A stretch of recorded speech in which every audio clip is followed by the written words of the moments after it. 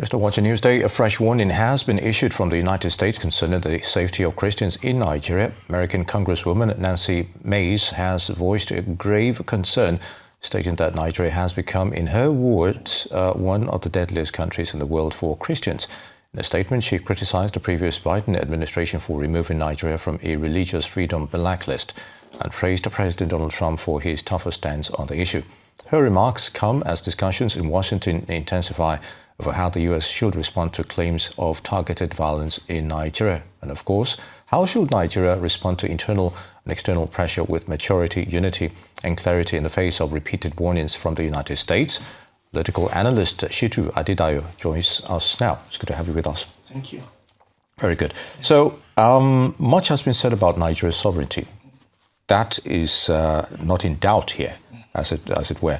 But how would you assess Nigeria's response to U.S. President Trump's threat to actually, at some point deploy troops, if it were to go that far, and over the attacks on Christians, bearing in mind that it will be a departure for the president's electoral campaigns as well, not to deploy troops, American troops, on foreign soil. That is part of his also electoral promises to the American people, who probably at this stage won't have appetite for such adventures. Your thoughts? Yeah. So, as they affect Nigeria and the current response to, first and foremost, it will do us a lot of good if first we acknowledge the situation. Putting aside the religion sentiments, as the fact still remains that Nigerians are dying in Nigeria in a very, very gruesome way. While people are sleeping in their house, are they being attacked and killed across the country. Nigerian government needs to first acknowledge that the life of Nigerians matters and take decisive action into addressing this issue. Before we begin to speak to the external threats, and we don't need the America to tell us what the situation is. This situation has been going on for the past 15 years without, commitments and efforts from our government to show a political will of stopping the killing. And people have continued to clamor, which why it is our American government are now, it is in the tables of the US president and is clamoring for, our government to take decisive action. What I would advise the government of the day is to show a very transparent and diplomatic way of addressing the situation and go, ruthlessly on these people, not just on the people killing the people, even their sponsors, and bring them to book. That way, it will convince the entire world, even the Nigerian people, build confidence in us that our government are really addressing our issue and our life matters here in our country. What is happening currently is you see, not necessarily from the government, even from commentators and different propagandas against leaving the main issue, which is the fact that lives are dying. We are losing Nigerians here in Nigeria.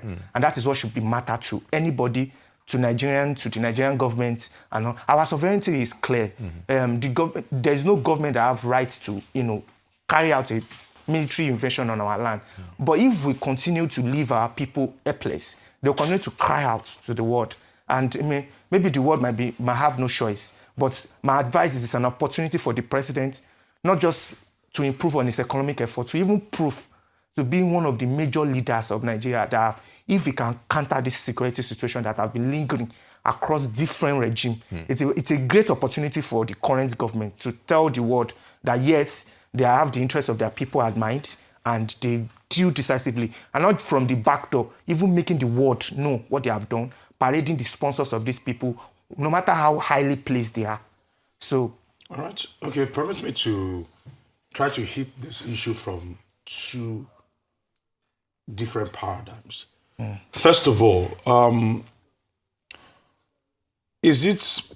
should the government of the day create a clear dichotomy? Because from the statement we read and the perspective in which, or the prism in which the US government is looking at this, is making it sound like it's a blanket issue that is affecting the width, the length, the breadth of the entire country, which is not true, because there are Christians in the South that do not feel threatened. I cannot even relate with this because they do not even know what they are talking about. Yeah. Should the government make it clear that truly there are problems in a part of this country as against the entire entire Nigeria on one hand. And secondly, should we not probably call out the US government for stoking fire and leaving people high and dry when issues like this happen? Remember when the Boko Haram issue came up, a lot of people raised several voices. After a while, it seemed like a fad faded away. Like several interventions that the US government has tried to do, and even the British government over the years, centuries, they come in, try to wave the white flag or try to become shining white knights rather, when things are not necessarily going on, when they get bored, they move somewhere else, leaving us with more problems than we can actually handle. Yes, thank you for that beautiful submission. We need to call a spade a spade. The most important thing to us as Nigerians is the fact that people are dying here. If you look at it geographically, we have some part of the country facing grazing and other crises. There are parts of the country facing racial issues. There are parts of the country that is plagued with kidnapping. There are back of the country where it's plagued with Boko Haram and all. But the truth is, across the countries of Nigeria, across the states of Nigeria, there are killing going on. There are huge issues of insecurity within the country. I think as a serious... But this is not about insecurity. Yeah. It's about... This is very specific. About the genocide of Christians. Alleged genocide of the Christians. Yes. Which is not widespread across Nigeria. True. So, if you allow my submission, right? Yes. If the question is, are there genocide of the Christians in Nigeria, in some part of Nigeria or not? There is. And then, is it spread across the country? No, it is not across the country. But they are making it look like it is. It has become a pandemic. Yes. If you look at my opening submission, what I said is, instead of us to focus on the noise of the persons in the other room, on the other our neighbors shouting, we should focus on our own issues here. Our issues, and this is to the government, our issues here is whether Christians or Muslims or pagans alike are dying here in our country. And they have been dying consistently over many years. Our government, the government of the day, need to take a decisive action into crushing, the sponsors and people behind this killing. First, why doing this? Why are these actions will then set the right tones to the world? The government are focused more on disescalating what the US government says than focusing on the real issue, which is people dying. Then we cannot focus on the issue of, look, Christians and Muslims alike live unanimously here in our country. In my own family, we have Christians, Muslims alike.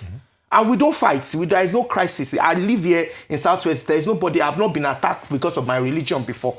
And that is the story of a lot of other people across the nation.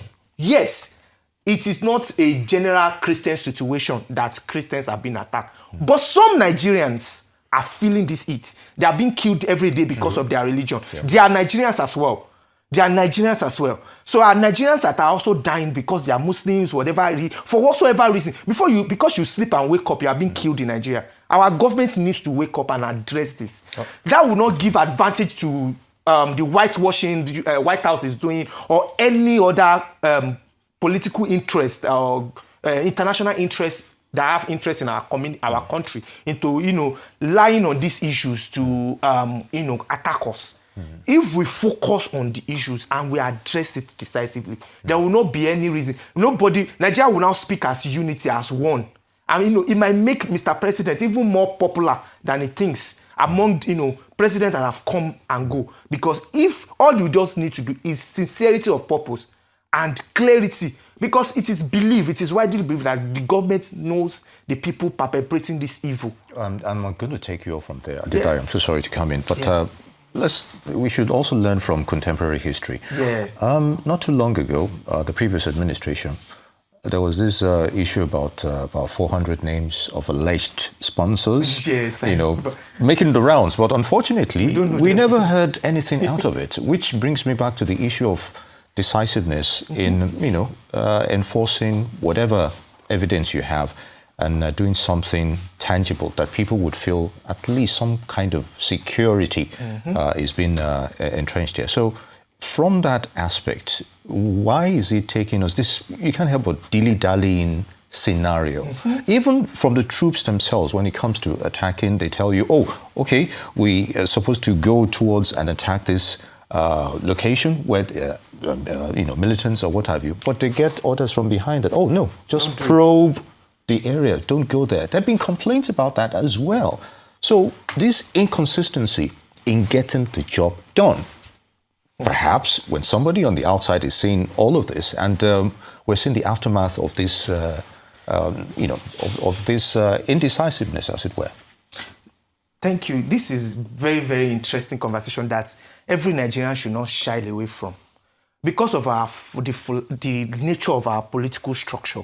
We have the 60 political zones of Nigeria. We have our different nature. If you remember, I want to go into something very, very fun, very, very likely to what we're having conversations about. You remember that the president, when we were shouting the Muslim ticket, said it was a strategy. It was a political strategy. So it is a fact that we all need to know as Nigerians that a strategy exists, that you need to tone down, you have to give certain body language to certain part of the country and certain people. That is the decision Mr. President have to make now, and stand for the people and not the political empire. Are you seeing that being done? No. That intention to get this the intention, whether it is done or not, the intention is not clear to Nigerians and to the world at large, that the political will still seems floating. It is just a little bit of, no, the Christians are not dying here, Muslims are dying as well. Those are not the message. The message are firm and decisive actions to saying, oh, these are for example, the list they said they had a certain period. Publish these people, arrest them and prosecute them. Let Nigerians know, oh, these people are the people killing Nigerians for so year. If there are people, no matter how highly placed, how politically powerful, the Mr. President needs to bring them to book.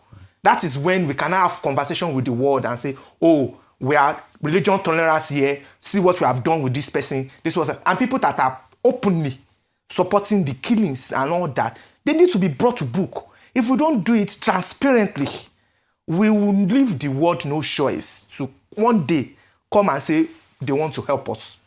And that is what we don't want. Right. So I will once again use this podium to appeal to the president. Nigerian lives matter. Let us leave our political interests, our tribal differences, our religion differences. This is not a matter of religion or tribe or anything. It is about life of Nigerians that have been killed from their sleep in their homes. The president needs to take a decisive action and put an end to this killing and put the people that have been sponsoring this mayhem for the past 15 years to book, no matter how highly placed. If they can be in Aso Rock, they can be any part of Nigeria. They need to be they need to be prosecuted for their crime, so that the world will know that yes, we have a government that is interested in the life of its people, and that is what is most important for me. All right. On that note, we'd like to thank you very much for your thoughts on that issue. Shittu Adedayo is a political analyst, and we've been talking about President Trump's actions, rhetorics on Nigerians, and the allegations of Christians being killed or what have you. We'd like to thank you for your thoughts on that.